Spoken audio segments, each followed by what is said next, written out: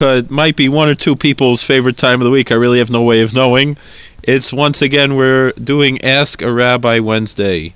Now, if I was a good rabbi, I would be talking about Passover now, but I guess I'm not so good. So instead, we got a lot of the questions were not really related directly to Passover. One thing that, I'm still going through some of the questions. If we're going to make videos about them at a later point. Right now, one thing that someone asked me was about my opinion on the whole phenomenon of what we find in certain, especially Orthodox Jewish communities, of block voting, and if I had any comments on the concept. Now, I live in a very small community, small, both the general community and even smaller Jewish community, although there is quite a large Jewish population here, mostly the year-round population, not particularly Orthodox necessarily, but still, we have stories here, even in our local elections, of the effect that the block vote has. One story that comes to mind was that, I live about a mile away from the synagogue, and I walk there, rain or snow or whatever, for the minyan, We have one fellow, he's Jewish, his brother's frum, he had a bar mitzvah, everything, and he lives, half a block away from the shul, probably, 500 feet from the shul, maybe he lives, And it was Mincha on Shabbos, which is a short service. It's 10 minutes long, maybe 15 minutes if you really schlep it out, And they had 9 people in the shul. And this fellow, he was running for judge in the town here. And the rabbi went knocking on this. It wasn't me, it was our chief rabbi. Went knocking on the door. I wasn't here at the time. He went knocking on the door of this fellow. He was the judge at the time. He was running for re-election. And so he said, maybe you'll be the 10th for our minyan. And he said, Rabbi, I'm too busy now. He said, I assume you're trying to get votes. In these 10 minutes, you could gain 18 votes. The men and their wives will vote for you. And he said, yeah, but they'll vote for me anyway. And he said, I'm not so sure about that. Their feelings might be hurt that you're not going to show up for the minyan. And he said, Rabbi, you're wasting my time. You're giving me a hard time, whatever. And so they had no minyan, and he lost, I think, by something of 7 votes. And the rabbi told the winner, who was not Jewish, he said, we don't vote for someone just because they're the same religion as us. We vote for someone because of their integrity and so forth. And that judge was a very good friend of the rabbi and of the community for many years to come after that. And so we see that, there is even a small community, block vote can matter. In the bigger communities, there's a story I remember hearing in high school about how, the government was so excited to try to get the Satmar Rebbe to become an American citizen because the politicians knew that would lead to a block vote. The politicians won the block vote. And, in the Hasidic communities, patriotism to the country where we live is a very important thing. These are communities that are loyal citizens in the countries where they live. They don't have dual loyalties to the current regime that's in the Holy Land today. We have nothing to do with them. So on that account, not everyone's against it, just neutral. A lot of people, and many people are against it. They're different approaches. So voting is seen as a very major patriotic duty in the Hasidic community. So it's a very important idea, and there's a very large voter turnout because of this, because the appreciation and the love that we have for this country where we have freedom of religion. Today's Thomas Jefferson's birthday, and the ideals of the Jeffersonian values of freedom of religion are are really very, very important to these communities. As far as I'm only really speaking for myself. Can't really speak for the community at large. But these are the ideas that have come to me. There's recently I saw there was a whole discussion about Jefferson vis-a-vis our community, and I think there's a lot of misinterpretations of what Jefferson stood for. Thomas Jefferson was a very interesting individual. I heard discussion about him today on the radio. It didn't happen. I don't know if they were aware it was Jefferson's birthday, but the ideas that Jefferson had, he had very radical religious ideas, very progressive religious ideas, and it's interesting, the Christians claim him as his own, the Muslims claim him as his own. We Jews can also claim Jefferson not as one of our own, but as a very good friend. There was a rabbi who's buried in Queens, but who spent 11 years as a rabbi in Virginia, who was a student of Nosson Adler, who was the Rabbi of the Chassam Sofer. And this rabbi, Rabbi Ber Kershid, he was very close friends with Thomas Jefferson. This was after Jefferson had already finished his presidential career, and this Rabbi Ber would go and this Rabbi Kershid would go and visit Jefferson in Monticello.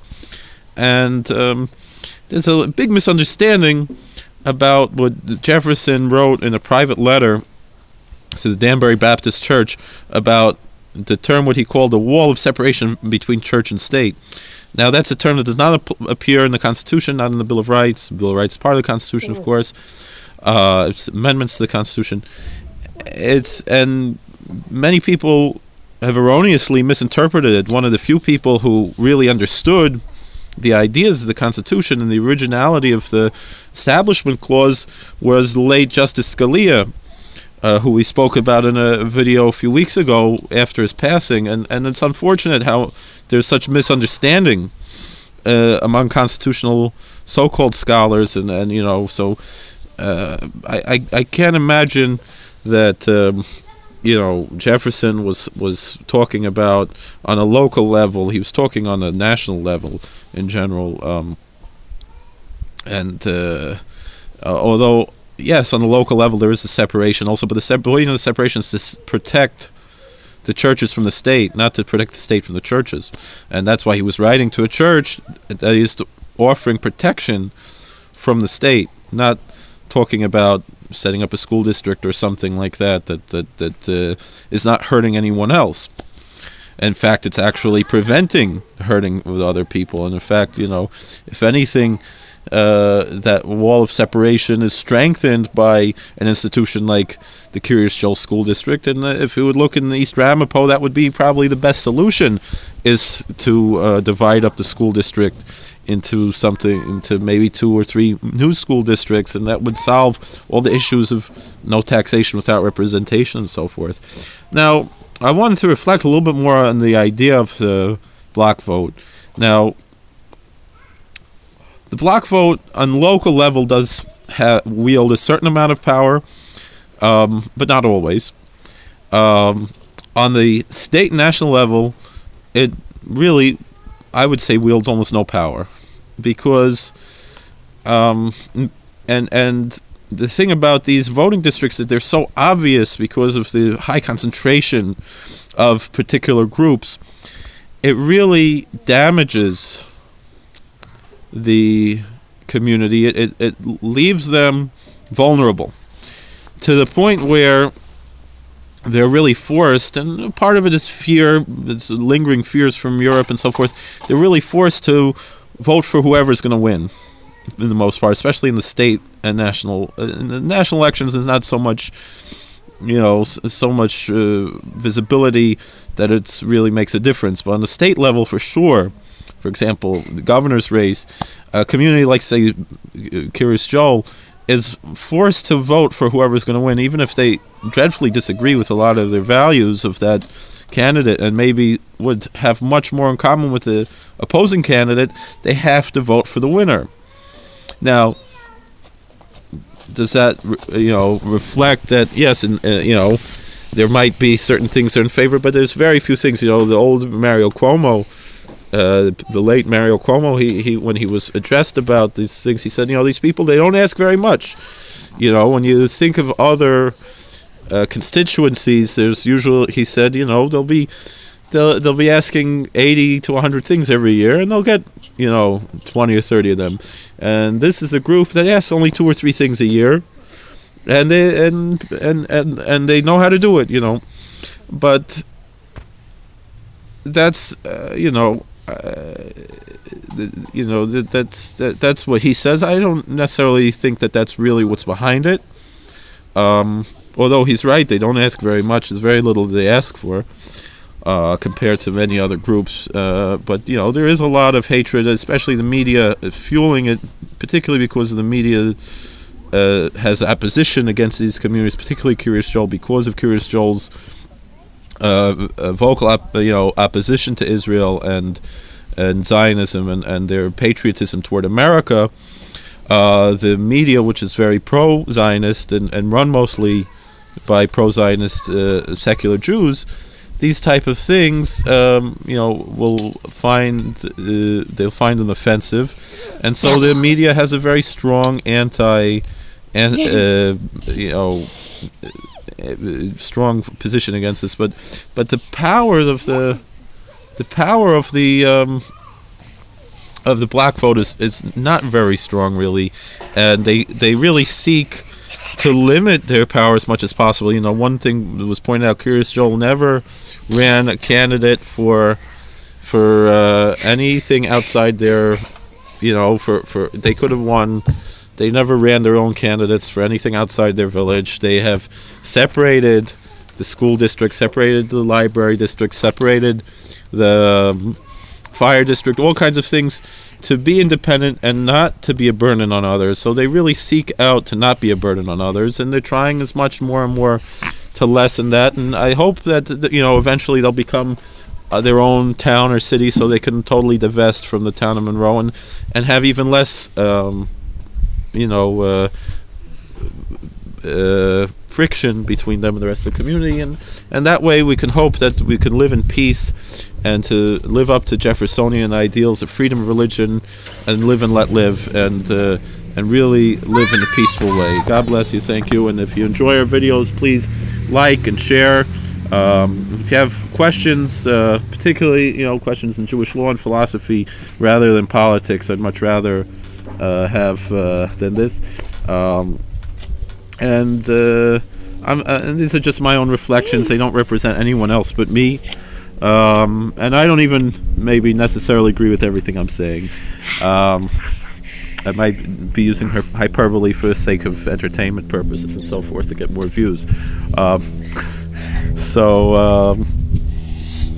it is a fact, though, that I do believe that this is a peaceful group, and I'm very proud that my children go to school there, and they welcome me with open arms. Even though I'm not from their community, although my ancestors might, on one side might have come 1/8 of, might have come from the same place, but for the most part, my kids are, for the most part, not of Jewish ancestry, only 1/4 Jewish ancestry. And yet they welcome them with open arms, as it should be, and many other communities did not. So I can't say enough good things about the wonderful, loving kindness of the Satmar community. They're really a wonderful, altruistic, selfless community, and the lies that the media has been saying about them and people commenting on Facebook and stuff is just really sickening, and because it's really not true. These are the most altruistic, charitable people you can imagine. Selfless, humble, simple people. So it's really and it's really a blessing to have fellowship with them. And again, please subscribe. If you're not a subscriber, please subscribe, like, and follow us on Facebook and Twitter. And please, comments are very welcome and encouraged, so we can continue discussions. I have a lot more to say, but I've already spoken too much, and I'm sure by this point most people didn't even watch the whole video. So thank you very much for watching, if you did, and I appreciate that. And so then you're from the Yechidei Segula, from the few people who did make it to the end, and I don't think I myself would even watch a video like this to the end. So thank you very much. And if people want to know, I don't have a 501c3, so I can tell, people want to know my thoughts about the election. In the presidential race, I'm a registered Republican, and on the Republican ticket, I very much, from those three who are left, think that Cruz is the best candidate left out there.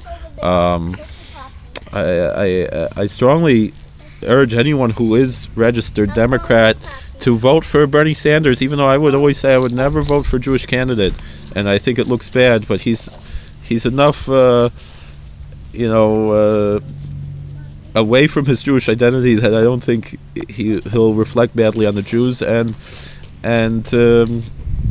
also he's just to upset Hillary, because and I understand Hillary Clinton has tried to do nice things for her community, but I'm really not a fan of hers. I've always had a very negative opinion of her, and ever since I'm very young. So and I really think from between Hillary and Bernie's better, but and between, even if it's Trump versus Hillary, I'll have to hold my nose and vote for Trump. He's a nice person. I have nothing personal against him. I just don't think he'll be a very good president. But just to vote against Hillary, I would even vote for Trump. But actually, if I would put all the candidates in line, and Kasich just seems like a clown. His visit to Borough Park the other day was pretty silly, actually, and kind of clownish and comical. But still, I read today Glenn Beck asked Ted Cruz's bodyguards, his security detail, like, what can you say about this guy? Because he said the security detail knows a person better than anyone else. And he said they've been security for anybody you name, and they said they never met anyone so honest as Ted Cruz, so consistent, so real. So my order of the 5 candidates that remain would be Cruz would be my number 1 pick, Kasich number 2, Bernie and Trump are very close, even though they're very different, but they both appeal to that same populist mentality. They have a lot of similarities and a lot of differences. I might put Bernie a little bit ahead of Donald Trump, and then although if they were running against each other, I don't know who I would vote for. I'm not sure. And then Hillary would be dead last for me. And not that she's as evil as I thought when I was a teenager, but it's just, it would be horrible. Bernie, I don't think, is an evil person. I disagree with his views, but one thing about Bernie is he's so honest, he won't be able to accomplish anything. And one thing I believe about government is that they shouldn't do that much. And I think Bernie could wind up being an unintentional Ronald Reagan. Ronald Reagan was an intentional Ronald Reagan, and I think Bernie could be an unintentional Ronald Reagan just because he's so honest he wouldn't be able to get any of the things he wants accomplished, as opposed to Obama, who played the games to try to get things accomplished, and Clinton was the master, at least Bill was. I don't know Hillary. She hasn't really accomplished anything. She just ruined a lot of things. But she for sure has all those connections, and she's just your standard real dirty politician. But Bernie seems, even though I disagree with his views, he seems to be such an honest and real person, and so there's a certain level of respect I have for him over Donald Trump, because Donald Trump is just, again, Donald Trump is almost the same as Hillary Clinton, and he's such a flip-flopper, waffler. I don't trust him. He's a nice person. I don't know him personally, but I'm saying his relations with the Jewish community. He has a frum daughter who's Jewish and frum, and no one should dare question that. She's Shomer Shabbos and Shomer Kashrus. that's I assume other things, that's what Moshe said. That's all we should expect. That's all we have to expect when it comes to Geirus, and most Geirim today are a lot frummer, but she's she's just the same as most of modern Orthodox people, probably better than a lot of modern Orthodox people. So I don't mean the serious YU modern Orthodox, but the standard American Balabatisha. Although Baruch Hashem, YU has brought those communities up higher, and I have a lot of respect for that. But she, I don't know her personally. I don't know. I'm just all the conjecture and most likely I'm probably fooling myself and just but it's there's a lot what to say, but still, I really hope that Cruz will win. I don't know how likely it is. There's all these people on YouTube who want to look at prophecy and different things. I watch those things for entertainment value, but I take them with less than a grain of salt. So if I crush up that salt into just the molecule of sodium chloride itself, how much put into these prophecy people. But they're very entertaining and interesting, and quite ridiculous, many of them. But some of them are a little bit more coherent, but most of them are pretty ridiculous. But I'm also pretty ridiculous. So thank you for watching. If you made it this far, please again subscribe, like, share. Even if I have some hate watchers, it's just more watchers. So again, I've went on too long. If I would have just made a 2-minute video, people would have watched the whole thing, and the whole YouTube algorithm would have been better. So I got to make more short videos. All right, thank you so much for watching, and God bless you. Take care.